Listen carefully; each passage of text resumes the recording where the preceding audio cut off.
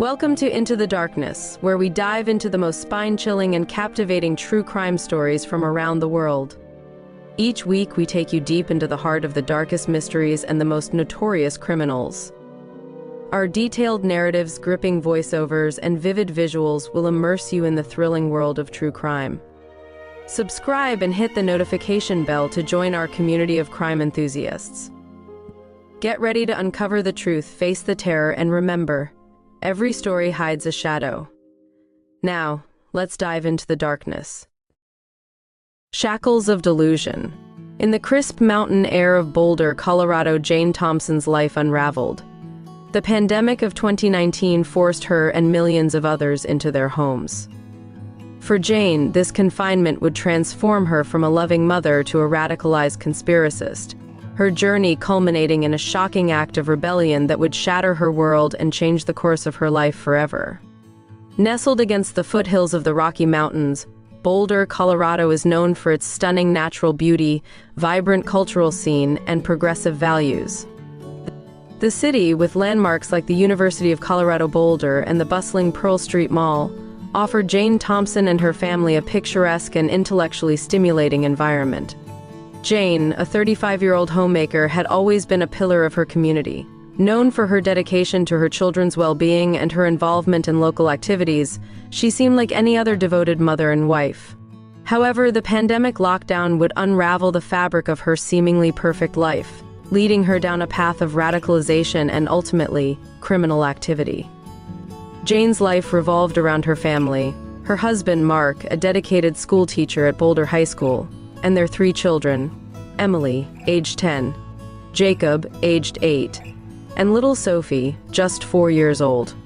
Jane had always been interested in wellness and holistic health, frequenting local yoga classes at the popular Radiance Power Yoga Studio and participating in online wellness forums. This interest, once harmless, would soon become the gateway to a darker path. As the lockdown stretched from weeks into months, Jane found herself with an abundance of free time. The familiar routines of daily life had been upended. Schools were closed, leaving Mark to conduct virtual classes from home, while Emily, Jacob, and Sophie adjusted to remote learning.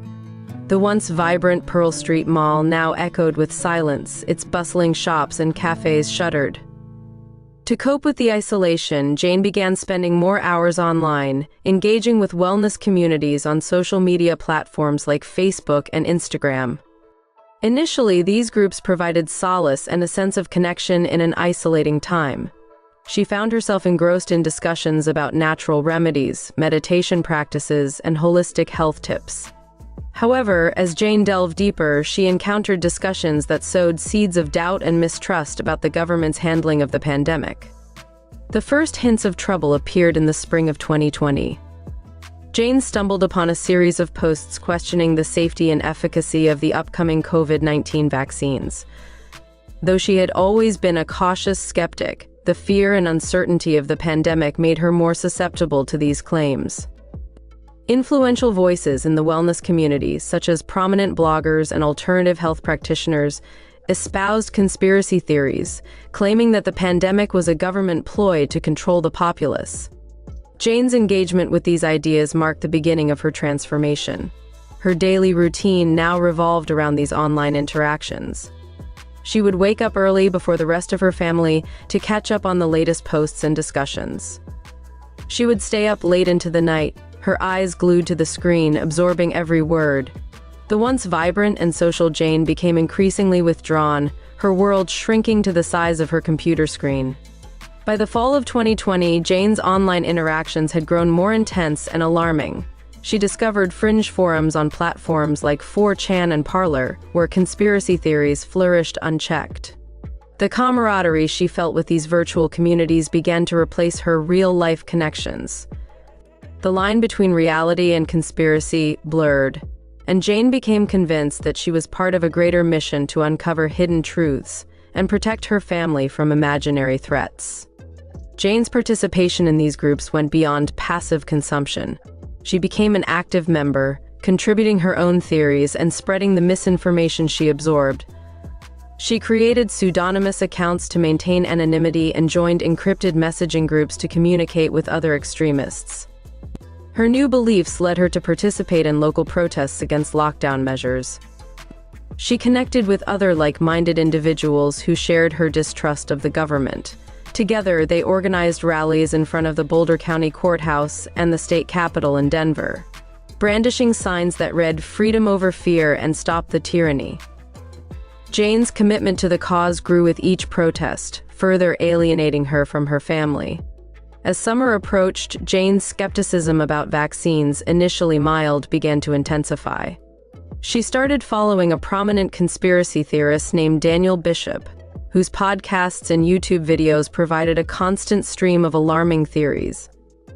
Bishop, a self-proclaimed wellness guru, combined legitimate health advice with outlandish claims about government cover-ups and pharmaceutical industry corruption. Jane's daily routine now included hours spent listening to Bishop's diatribes, which further cemented her growing paranoia. Mark noticed the change in Jane almost immediately. Their once harmonious relationship became strained as Jane's beliefs diverged sharply from his. Mark, a rational and pragmatic man, trusted scientific consensus and was eager to get vaccinated once it became available. Jane, however, viewed his trust as naivety. Arguments about the pandemic, vaccines, and government policies became frequent, their intensity escalating with each passing week. The children, too, began to sense the tension.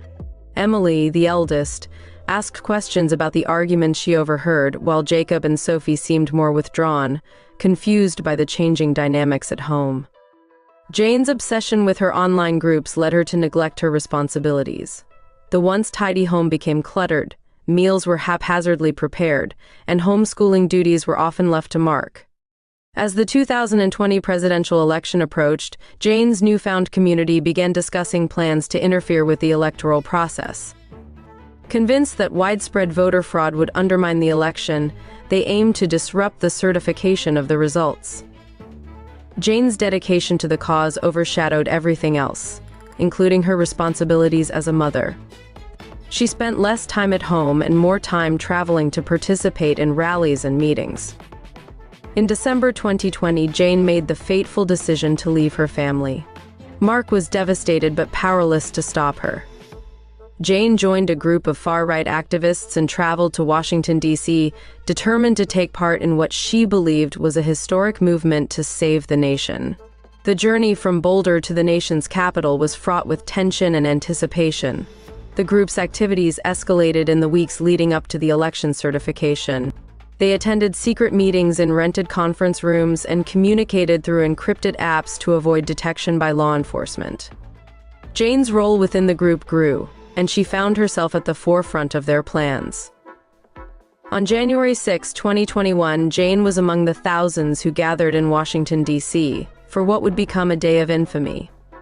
The crowd, fueled by anger and conspiracy theories, marched towards the Capitol building. Jane, clad in a tactical vest and carrying a makeshift shield, was ready for confrontation. The chaos that ensued as the mob breached the Capitol's security was both surreal and horrifying. Jane found herself inside the hallowed halls of Congress, a place she had once revered, now defiled by violence and destruction. Her actions that day would have far-reaching consequences. As law enforcement regained control, Jane was among those arrested. The charges against her were severe, including trespassing, destruction of property, and conspiracy to commit a crime against the United States. Her participation in the Capitol riot marked the culmination of her radicalization, a descent that had begun with harmless wellness groups and ended in a federal prison cell. Jane faced severe legal consequences for her actions. The trial was a media spectacle, drawing national attention. Prosecutors painted a picture of a woman who had been radicalized by online misinformation and had willingly participated in an attempt to overthrow the democratic process. Jane's defense, meanwhile, focused on her mental state and the influence of the online communities that had preyed on her vulnerabilities. In the end, the court sentenced Jane to 25 years in prison. The harsh sentence was meant to serve as a deterrent to others who might consider similar actions. Mark and the children, traumatized by her abandonment and radicalization, cut off all contact. Jane was left to reflect on her choices in the solitude of her prison cell. In prison, Jane grappled with the stark reality of her situation. The community she had sacrificed everything for faded away, leaving her alone with her thoughts. She often wondered if it had all been worth it. The once concrete convictions began to crumble under the weight of isolation and regret. Jane's days in prison were monotonous and bleak. She spent hours reading books provided by the prison library, trying to make sense of her actions. She attended counseling sessions, where she slowly began to understand the psychological manipulation she had undergone. The realization of how deeply she had been misled was both a relief and a source of profound sorrow. Jane's story raises profound questions about the impact of isolation and misinformation on individuals and families. How did a devoted mother become a radicalized conspiracist willing to forsake her loved ones for a cause built on falsehoods? What role do social media and online communities play in shaping our beliefs and actions? The story of Jane Thompson is a cautionary tale, a stark reminder of the power of misinformation and the fragility of the bonds that hold society together. Jane's journey highlights the broader societal issues exacerbated by the pandemic: the rise of conspiracy theories, the influence of social media, and the deepening divides within families and communities. Her story underscores the importance of critical thinking, open communication, and the need for societal structures that support individuals in times of crisis. Jane Thompson's descent into the rabbit hole of conspiracy theories and her eventual imprisonment serve as a powerful reminder of the human cost of radicalization. Her story underscores the importance of critical thinking, open communication, and the need for societal structures that support individuals in times of crisis. In the end, Jane's tale is one of tragedy, lost potential, and the haunting question of what might have been.